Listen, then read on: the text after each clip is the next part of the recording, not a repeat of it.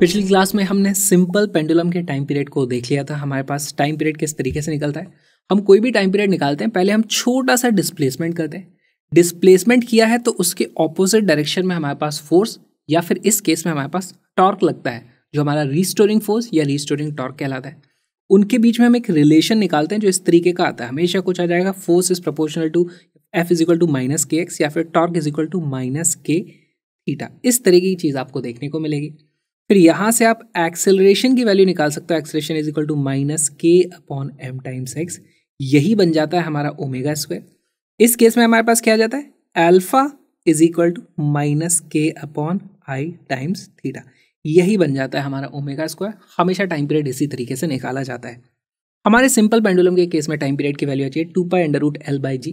इस बॉब के मास के इंडिपेंडेंट वो आता है। अच्छा, हमारे पास एक स्पेशल सेकंड्स पेंडुलम होता है जिसका टाइम पीरियड की वैल्यू होती है 2 सेकंड। तो इसकी फिजिकल इंपॉर्टेंस सिग्निफिकेंस क्या आ जाती है कि यहाँ से टक टक, तो इसका जो हाफ ऑसिलेशन है एक एक्सट्रीम से दूसरी एक्सट्रीम जाने में उसको 1 सेकंड लग जाता है। तो टोटल जो टाइम पीरियड हो जाएगा वो 2 सेकंड हो जाएगा। वही होता है हमारा सेकंड्स पेंडुलम, ये आपको पता होना चाहिए। अब हम सिंपल पेंडुलम पे बेस्ड बहुत सारे क्वेश्चंस करने वाले हैं। और एक चीज़ देखो, यहाँ पे 2π√L/g है, तो अगर g की वैल्यू चेंज हो जाए, जी की वैल्यू कैसे चेंज हो सकती है। मान लो हम इसको ऊपर की तरफ एक्सेलरेट कर दें, इस तरह की बहुत सारी चीज़ें होती है। तो यहाँ पर जी इफेक्टिव हमारे पास आ जाता है। फॉर्मूला हमें बस ये याद रखना है। अब इसके क्वेश्चन सॉल्व करना शुरू करते हैं।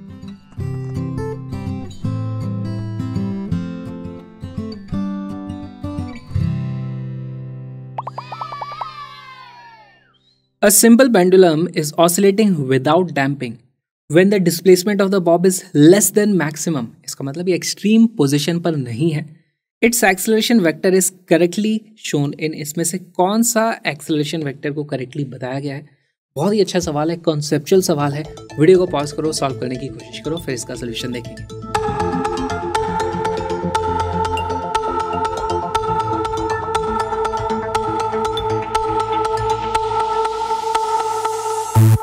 इसका करेक्ट आंसर है ऑप्शन नंबर सी। कैसे आया देखना शुरू करते हैं। तो मान लो हमारे पास इस तरीके से यहाँ पर कोई बॉल है या बॉब है इस तरीके से। अभी मैंने इसको कोई रस्सी वगैरह से बांध नहीं रखा, उसको हवा में छोड़ दिया, तो इसका एक्सेलरेशन कहाँ होगा। देखिए इसके ऊपर नीचे की तरफ लग रही होगी ग्रेविटी, तो इसके ऊपर नीचे की तरफ एक्सेलरेशन आ जाएगा जी का, है ना। सीधे नीचे की तरफ एक्सेलरेशन होने वाला है, जैसा कि हमें यहाँ पर दिखाया गया है। लेकिन क्या ये इस तरीके से नीचे आ जाएगा? नहीं आएगा। यहाँ पे ऑब्वियसली हमने रस्सी बांधी हुई है, तो इसका मोशन ये हो ही नहीं सकता, इसका एक्सेलरेशन ये हो ही नहीं सकता, राइट। तो इसको हम इस तरीके से रिजेक्ट कर देंगे। ऑप्शन नंबर डी तो नहीं है। उसके बाद देखो हमारे पास इसका मोशन किस तरीके से होता है। हमारे पास ये इस तरीके से टू एंड फ्रो मोशन करता है हमारा बॉब। यहाँ पर मान लो इस तरीके से वो बंधा हुआ है। अभी अगर ये एक्सट्रीम पॉइंट पे है तो इसका एक्सेलरेशन किस तरफ होगा।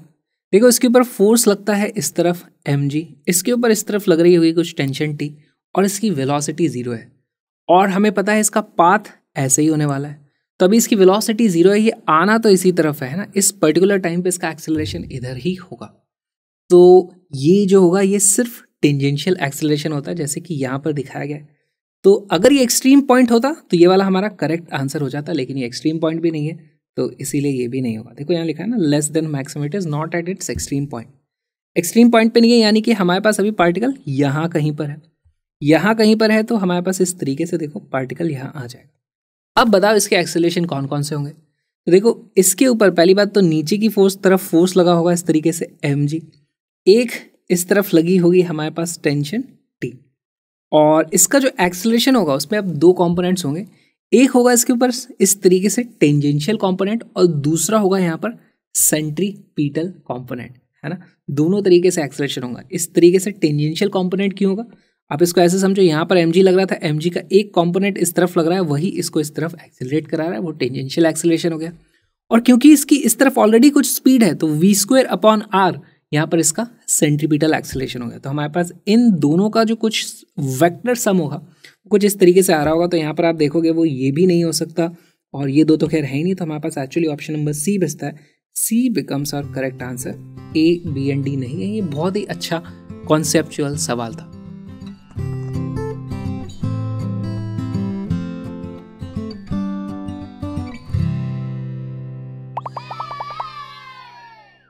T0 is the time period of a simple pendulum at a place if the length of the pendulum is reduced to 1/16 time of its initial value the modified time period is. बहुत ही simple सा ये सवाल हो गया। हमारे पास time period होता है 2π√L/g। लेंथ में चेंजेस कर दिए गए हैं। वीडियो को पॉज करो, बताओ टाइम पीरियड कितना हो जाएगा।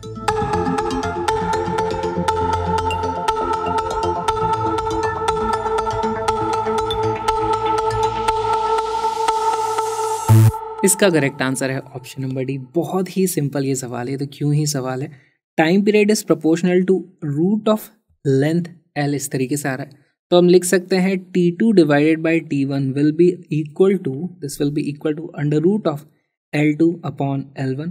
L2 की वैल्यू कितनी कर दी गई है 1/16 ऑफ ओरिजिनल लेंथ, और ओरिजिनल लेंथ मान लो L0 था तो ये L0/16 हो जाएगा। यहाँ से L0 कट जाएगा, बचेगा 1/4। तो हमारे पास T2 की वैल्यू आ जाती है T2 is equal to T1 divided by 4 है। ये option number D becomes our correct answer. बहुत ही सिंपल सवाल था ये।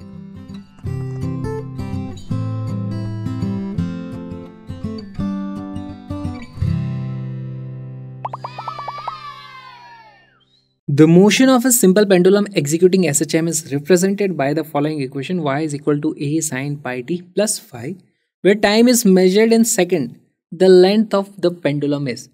तो ये क्वेश्चन थोड़ा अजीब लग रहा होगा, अब इसको किस तरीके से अप्रोच करें। हमें तो ये इक्वेशन दे दी, तो आप यहाँ से देखो क्या कर सकते हो। यहाँ पर इस इक्वेशन में क्या आपको ओमेगा पता चल रही है, ओमेगा पता चल गई, यानी टाइम पीरियड की वैल्यू कितनी होती है 2π/ω। तो आप टाइम पीरियड को ही इक्वेट कर दोगे, time period is also equal to 2π√L/g, या फिर आप सीधे सीधे ओमेगा लिख सकते हो। ओमेगा की वैल्यू होती है √g/L। इस तरीके से आप पता कर सकते हो। वीडियो को पॉज करो, क्वेश्चन को सॉल्व करो।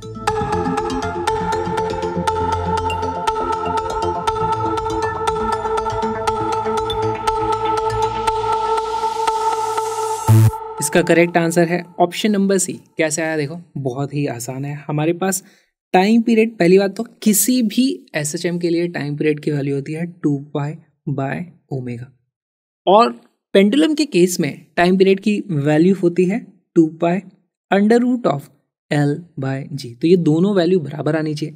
इससे हमें देख के पता चलता है 2π से 2π तो इस तरीके से कट गया। अच्छा, मुझे लेंथ पता करनी है, जी मुझे पता है, ओमेगा क्या मुझे मालूम है।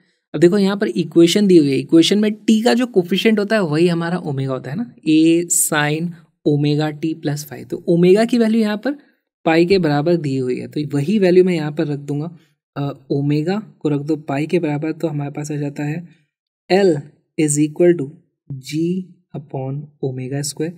जी की वैल्यू होती है 9.8 समथिंग, ओमेगा स्क्वायर की वैल्यू आ जाएगी हमारे पास π²। बेसिकली π² को भी आप 10 मान सकते हो, इसको भी आप 10 मान सकते हो। तो ये अप्रॉक्सीमेटली 1 मीटर के आसपास आने वाला है। अब इनमें से ऑप्शन बताओ कौन सा वाला 1 मीटर के आसपास है। ये वाला 1 मीटर के आसपास है, इसीलिए हमारे पास option number C becomes our correct answer. बहुत ही सिंपल सवाल। ये जो वीडियो आपने देखा एक्चुअली एक छोटा सा पार्ट है एक बहुत ही प्यारे से क्रैश कोर्स का लिंक डिस्क्रिप्शन में। वहाँ पे हमने 40 वीडियो में कंप्लीट 11th और 12th की फिजिक्स को कवर कर लिया है। बहुत सारे PYQs हैं वहाँ पर, link is in the description. Colourful notes की PDF भी आप वहीं से डाउनलोड कर सकते हो इस सेशन के, तो उसको ज़रूर चेकआउट करना। साथ में मेरे व्लॉगिंग चैनल को भी देख सकते हो आप। और अब हम मिलेंगे नेक्स्ट क्लास में।